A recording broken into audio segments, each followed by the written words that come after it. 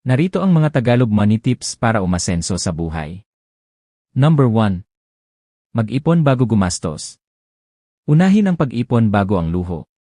Halimbawa, kung kumikita ka ng 100, subukan mong itabi ang 20% para sa ipon. Tip: pay yourself first. Kahit maliit lang, basta consistent. Number 2. Iwasan ang utang na hindi kailangan.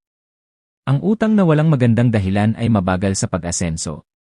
Halimbawa ng utang na iwasan: luho, gadgets na hindi kailangan, impulsive shopping. Number 3. Magkaroon ng extra income. Huwag umasa sa isang source ng kita.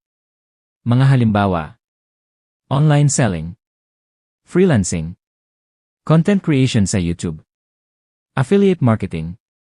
Number 4. Matutong mag-budget. Isulat lahat ng kita at gastos bawat buwan. Halimbawa: 50% needs, pagkain, bills. 30% wants.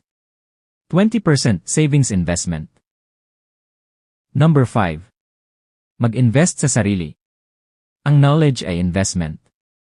Mag-aral tungkol sa negosyo, online skills, financial literacy. Number 6. Iwasan ang lifestyle inflation.